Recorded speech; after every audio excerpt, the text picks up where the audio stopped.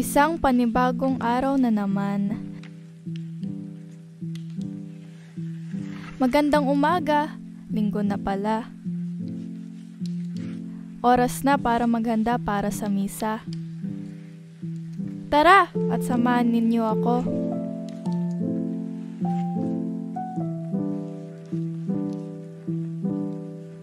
Siyempre, kailangan maging malinis kaya ang una nating gagawin ay magsipilyo.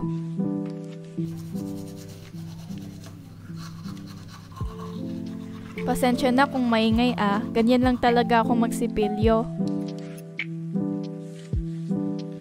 Ngayon, maghilamos naman ng muka para magising ng husto at maging alerto.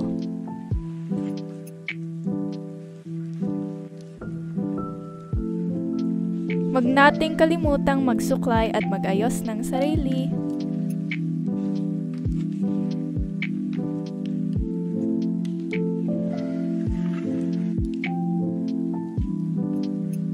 Tanghali na, samahan nyo naman ako mananghalian.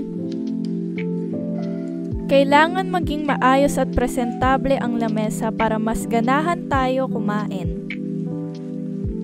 Uy, sinigang ang ulam, mapaparami ata ako nito. Ang tubig, huwag kalimutan. Ayan, nakahanda na. Pero bago tayo kumain, huwag kalimutang magdasal at magpasalamat. Sa ngalan ng Ama, ng Anak, at Espiritu Santo. Amen.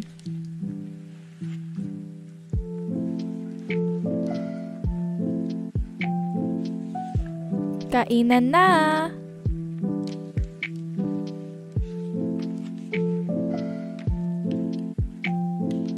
Naparami ata yung kanin ko. At syempre, ang sinigang.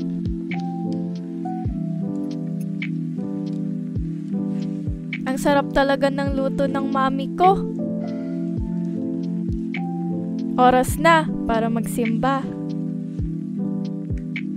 Ano kaya ang isusuot ko ngayon? Ito na lang. Simple pero maayos. At dahil nakatira ako ngayon sa bansang China, sa online ako nagmimisa. Kahit sa online lang ako nagmimisa, dapat maayos at presentable pa rin ang aking kasuotan. Salamat Panginoon sa bagong araw na ito. Tara! Tayo ay magsimba. Dapat igalang ang banal na sandaling ito at iwasan ang paggamit ng telepono habang nagmimisa. Sandali lang at magmimisa muna ako.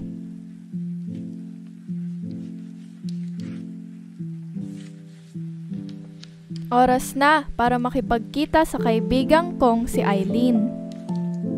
Dapat maging maayos ang itsura ko bilang paggalang kay Eileen.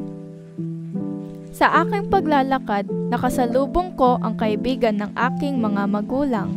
Dahil sila'y nakakatanda, kailangan magbigay respeto at magmano kahit ibang lahi pa sila. Ito na si Eileen.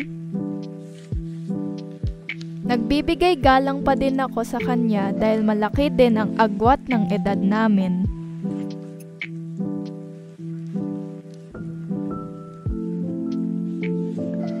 Oras na para magpaalam kay Eileen.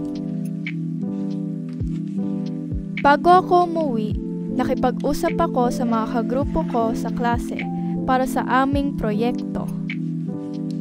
Kailangang makinig ng mabuti at magbigay galang kahit ito ay online lamang. Pagkatapos ng aming pag-uusap, nagpalipas muna ako ng oras at nagbukas ng Facebook. Dapat responsable sa pagpo-post. Iwasan ang pagkalat ng maling impormasyon at nakakasakit na komento. Oras na para umuwi. Salamat sa pagsama. Hanggang sa muli!